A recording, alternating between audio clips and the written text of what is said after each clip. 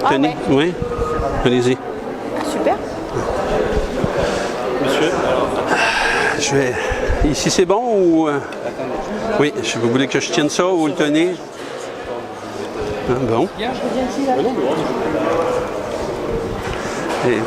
alors, on va réenregistrer votre nom, votre prénom, votre qualité précise. D'accord. Donc, Claude Aymon, je suis consultant canadien pour PKSH Inc. Voilà, et je suis toxicologue. D'accord. Je suis aussi professeur, peut-être professeur associé à l'Université de Montréal, mais j'agis en qualité de consultant présentement. Est-ce qu'il vous est possible, professeur, Hein? de résumer en quelques mots cette enquête effectuée donc, auprès de la population de Grande-Synthe? D'accord. Donc, pour ma partie à moi, donc c'est, écoutez, s'il y a eu une étude dans laquelle ils ont cumulé un certain nombre de cheveux, d'échantillons de cheveux, et à partir de cet échantillon de cheveux-là, ils ont demandé à un laboratoire d'expertise au Luxembourg pour faire les analyses, et à partir de ça, bien, on m'a demandé par la suite de faire l'analyse de ces mesures-là, et c'était conséquent parce qu'ils avaient au-dessus de 30 000, finalement 30 000 données qu'il fallait que j'arrive à classifier et cataloguer dans différentes familles et tout. Et à partir de ça, pour essayer de faire parler finalement. Donc, c'est pour ça que j'ai choisi de faire finalement des groupes persistants, non persistants et de retrouver aussi au niveau des HAP et des métaux. Mais l'idée était justement de classifier pour pouvoir éventuellement un peu faire parler finalement ces chiffres-là. Quels sont les enseignements? Les enseignements, c'est le message que peut-être que je voudrais faire passer, c'est que finalement, à quelques exceptions près, qu'on a vu l'aluminium et le chrome, qu'on ne sait pas trop, le reste des contaminants, je vous dirais que ce n'est pas pire qu'ailleurs. Donc ça, c'est peut-être un enseignement à venir chercher qui est très important. Donc ça soulage peut-être un peu les gens qui avaient des craintes de ce côté. Et en même temps, ça ne veut pas dire que c'est moins pire ailleurs, que c'est mieux. Donc, il faut, à partir de là, moi je pense que ces échantillons-là ou ces analyses-là vont permettre de peut-être classifier ou prioriser finalement quel sera le demain. Et ça, c'est M. le maire qui aura le rôle à jouer de ce côté-là. Et à partir de là, je pense qu'au moins on a au moins une photo. Et ce qui est important, c'est qu'on a une photo aujourd'hui puis on a une photo, c'est une photo en même temps pas tout à fait complet parce qu'il y en a beaucoup plus de composés. On en a sorti ça. Mais en même temps, il y a d'autres composés dans lesquels on n'a pas regardé parce qu'ils n'ont pas la méthodologie pour les mesurer. Donc ça, c'est important de le dire aussi. Par contre, ça donne, à la quantité de composés qu'il y a, à ce moment-là, ça nous donne au moins une bonne photo et on est capable d'agir. Je pense qu'ils sont capables d'agir à partir de là pour trouver des moyens, pour dire, ben voici, on retrouve ça de façon importante chez les individus. Qu'est-ce qu'on fait? Ce que vous dites, c'est on ne s'affole pas, mais on peut réduire quand même son exposition. Il faut toujours travailler à réduire l'exposition. Je pense que ça, c'est important parce qu'on traite là, ce que j'ai regardé, moi, c'est des composés individuels, mais vous avez aussi les mélanges, que c'est à laquelle on est exposé. Et il n'y a pas énormément de... La méthodologie est encore déficiente du côté des mélanges, qu'on doit absolument mettre énormément d'énergie pour essayer de comprendre un petit peu ce qui se passe. Parce que vous allez avoir un composé qui est pratiquement, je dirais, inoffensif à faible dose. Mais quand vous le mettez avec l'autre composé à côté, à ce moment-là, ça devient un perturbateur endocrinien ou un composé qui va avoir un effet beaucoup plus important parce qu'il va développer un effet beaucoup plus important. Donc, voilà, il faut pas s'arrêter là. On a une liste de priorisation. Il va y avoir éventuellement, M. le maire le disait, il va y avoir une deuxième liste qui sera faite. Mais maintenant qu'on a une idée, il faut faire quelque chose. Il ne faut pas attendre d'avoir la deuxième étude. Ce qui est intéressant, c'est que ces perturbateurs endocriniens soient en quelque sorte sous surveillance, quoi. Oui, ben absolument, absolument. Ceci est important, puis il faut absolument essayer de trouver de meilleurs moyens pour réduire au niveau de l'exposition. Ça, c'est clair.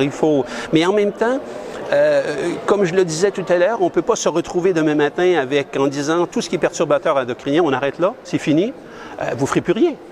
On ne fera plus rien. Donc c'est pour ça qu'il faut y aller de façon intelligente, il faut y aller, c'est un peu comme demain matin, je dis vous n'utilisez plus la voiture. Allez, qui est prêt aujourd'hui à arrêter d'utiliser la voiture? Personne. Parce que c'est pratique. Prendre le vélo plus souvent, ça c'est une chose. Donc, ça contribue, prendre le vélo plus souvent. Mais plus du tout la voiture, moi, je ne serais pas capable.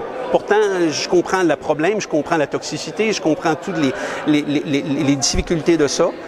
Mais voilà, on arrive là. Adapter les comportements, les modes de vie. Oui, il faut changer les habitudes de vie et aussi essayer dans notre... c'est au niveau de l'individu, c'est bien de le faire au niveau du collectif, mais au niveau de l'individu aussi, c'est chaque individu qui doit faire sa part. Et en faisant du vélo pour aller au marché plutôt que prendre la voiture, ben, c'est déjà un pas dans la bonne direction. Et je pense qu'il faut tendre vers là. On manque pour l'instant d'études, c'est ce que vous disiez aussi pour comparer. Est-ce que pour vous, c'est un point de départ, il faut continuer à faire d'autres études pour confirmer vos résultats? Bien, je disais, le manque d'études est surtout pour l'analyse de cheveux.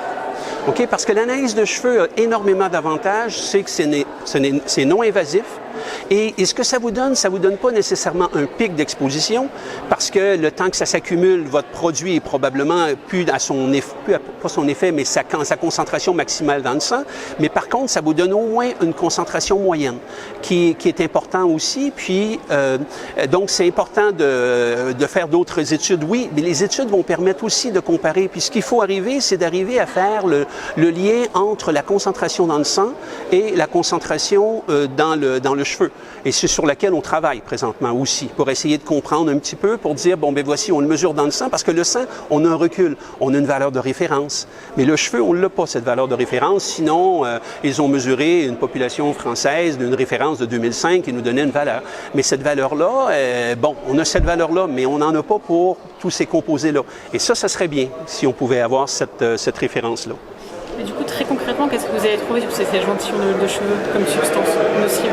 Qu'est-ce que vous voulez dire? Quels sont les résultats écoutez, bon, moi, ce que j'ai trouvé, c'est que, bon, on parlait tout à l'heure du chrome, on parle un peu de l'aluminium, qui est un peu plus élevé. Je ne parle pas de toxicité. Je ne parle pas du tout de toxicité. Je dis simplement qu'il y a des composés qui se retrouvent un peu anormalement élevés.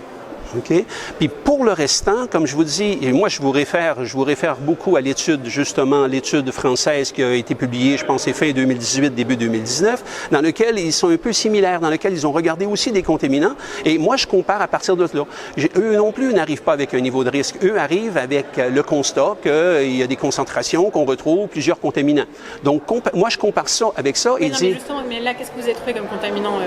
Quels sont les... Ben, les contaminants, les pesticides non persistants, c'est principalement des herbicides, des insecticides, des fongicides qu'on retrouve, bon, qu'on peut retrouver. Les fongicides, c'est surtout celui-là qu'on va entourer les graines pour pas qu'ils pourrissent et tout ça durant la semence. Et vous avez aussi des insecticides que vous utilisez dans la maison. Vous avez aussi des insecticides aussi que vous allez asperger les fruits et légumes qu'on retrouve éventuellement dans l'alimentation. C'est pour ça que l'alimentation est un point d'entrée important. Mais il y a déjà des normes au niveau des résidus qui sont là pour être respectés. Mais je veux dire, est-ce que tout le monde va acheter de la même façon leurs fruits et légumes, justement dans des endroits qui sont au moins mesurés, ces quantités-là, pour dire, bon, et là, ça reste un autre débat. Mais on retrouve tous ces composés-là. Et je parlais des persistants aussi. Les persistants, c'était davantage les PCB, c'était davantage des organochlorés. Ils ne sont plus utilisés aujourd'hui. Mais on reste avec l'héritage du passé et ça, on ne peut pas faire grand-chose, je vous dirais. Dernière question, je ne sais pas si c'est vraiment forcément de votre ressort, mais pour vous, ces perturbateurs endocriniens, ils ont des conséquences directes, concrètes, prouvées, avec des maladies? Ils ont des... Oui.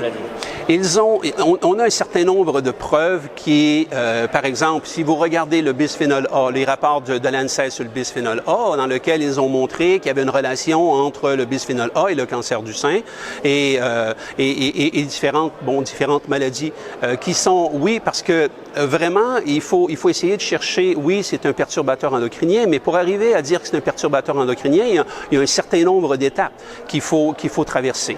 Et je dis toujours que c'est plus difficile de dire que ce composé-là n'est pas un perturbateur endocrinien que de dire que celui-là en est un. Tout simplement que de faire la preuve, c'est compliqué parce qu'il y a tellement d'étapes, où il y a tellement d'effets ou de la physiologie est tellement, même la biochimie est tellement complexe sur l'organisme, ça pourrait jouer à un certain niveau et on pourrait dire finalement c'est un perturbateur endocrinien. Donc oui, il y a des choses qui seraient reliées justement le fait des perturbateurs endocriniens à certaines maladies. dit. Mais là, je vous invite peut-être à regarder les rapports de l'ANSES à ce niveau-là qui a été fait il y a quelques années. Merci beaucoup. Ça fait plaisir. Ça me fait plaisir. Il a été dit que l'étude là n'était pas publiable en l'état. Mais pour bien comprendre au niveau scientifique, qu'est-ce qu'il a manqué pour qu'elle le soit? Qui a dit que ce n'était pas publiable en l'état? Quelqu'un l'a dit tout à l'heure, que la prochaine le serait, mais que celle-ci... Celle-ci a des lacunes dans le sens que l'enquête qui avait été faite, je pourrais pas me servir de toute l'enquête qui a été faite. Mais pour moi, ça peut être publiable, mais bon, si les gens disent que c'est pas publiable, moi je suis pas, moi je vois pas pourquoi ça pourrait pas être publiable. Je veux dire, toutes les analyses sont faites et tout, mais pour le restant, moi c'est pas, si les gens ils m'ont donné le mandat, me dire non, on publie pas. C'est pas de mon ressort, moi. D'accord, mais a priori, la cohorte était suffisante pour avoir des... Bon, ça c'est un point. La cohorte, elle est petite. OK? Au niveau des 42 enfants, c'est pas énorme, mais on a publié des cohortes un petit peu plus petites. Est-ce que c'est mieux de dire on ne publie pas parce que la cohorte, elle est petite, ou on dit on va publier pareil et c'est cette cohorte-là avec l'autre cohorte et l'autre cohorte qui va faire un pool finalement, puis qu'on va faire une étude finalement, soit une étude de revue ou quelque multicentrique avec des choses comme ça qui va permettre de dire on utilise tout ça pour faire un pool et à partir de là, on est capable d'avoir plus. Si on n'a pas les résultats à titre personnel, on voit bien l'intérêt pour le commun, pour le général, pour la population générale, d'avoir ce genre d'études dans un environnement comme le nôtre. J'espère qu'il y a d'autres lieux en France qui feront les mêmes études et on verra bien à ce moment-là la différence entre un environnement, les personnes exposées à un environnement industriel et celles qui ne le sont pas. Aujourd'hui, on est en France la seule étude de ce niveau-là, de plus de 150 personnes à base de cheveux. On ne peut pas les comparer à des études faites à base de sang ou d'urine. Donc voilà, ce qui serait bien, c'est qu'on développe ce type d'études un peu partout en France pour avoir des comparatifs après à faire et puis du coup d'enclencher du travail avec le monde industriel, le monde économique, mais aussi les habitants sur comment limiter cette exposition. C'est un point de départ. C'est ce qu'on voulait, c'est de voir un point zéro, de savoir où en était la population, fait avec rigueur, fait par un laboratoire reconnu au Luxembourg, analysé par un toxicologue reconnu au niveau international. Et voilà, on a un certain nombre de données. On voit bien qu'il y a des présences de perturbateurs endocriniens ou de métaux chez beaucoup de personnes dans l'échantillon qui étaient là. Il n'y a rien d'alarmant. Il y a des présences d'aluminium et de chrome en nombre important. Il faut qu'on aille chercher pourquoi. Il y a aussi, ça met en avant les avantages pour les gens qui déclarent manger bio et les gens qui ne déclarent pas manger bio.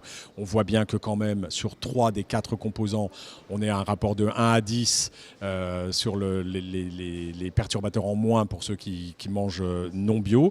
Et il y a une 4e, le bisphénol S, là, qui a un écart extrêmement important. Il faut qu'on aille regarder pourquoi il y a cet écart aussi important avant de s'alarmer sur quoi que ce soit. Bref, c'est un point de départ. D'autres études partent. Il y en a une qui, ça y est, qui a commencé sur les phtalates. Donc 2e séquence à base d'urine, celle-là. Donc on fait toutes les autorisations de cette étude et dans quelques semaines, je pense à la rentrée de septembre, vont commencer les échantillons et puis l'analyse sur une étude spécifique sur les phtalates. Est-ce que finalement nos habitants sensibles à toutes ces actions-là, non pas comme on voit les 800 foyers qui sont venus se former à comment on fait des produits d'entretien à base de produits naturels, est-ce que ça n'a pas déjà un impact qui fait que ça affecte les résultats d'études? Enfin, ça les affecterait dans le bon sens. C'est pour ça que peut-être faites cette même étude autre part, ne serait-ce que sur l'agglomération, dans les mêmes proportions, en suivant la même méthodologie, pourrait voir s'il y a une action derrière. En tout cas, rien n'est alarmant, ce qui est plutôt rassurant. Donc ça veut dire que peut-être il y a effectivement l'action qu'on a mis en œuvre depuis un certain nombre d'années qui montre, qui montre ses effets derrière et qu'il n'y a pas de quoi s'alarmer. Il y a des choses à travailler, mais il n'y a pas d'alarme à tirer.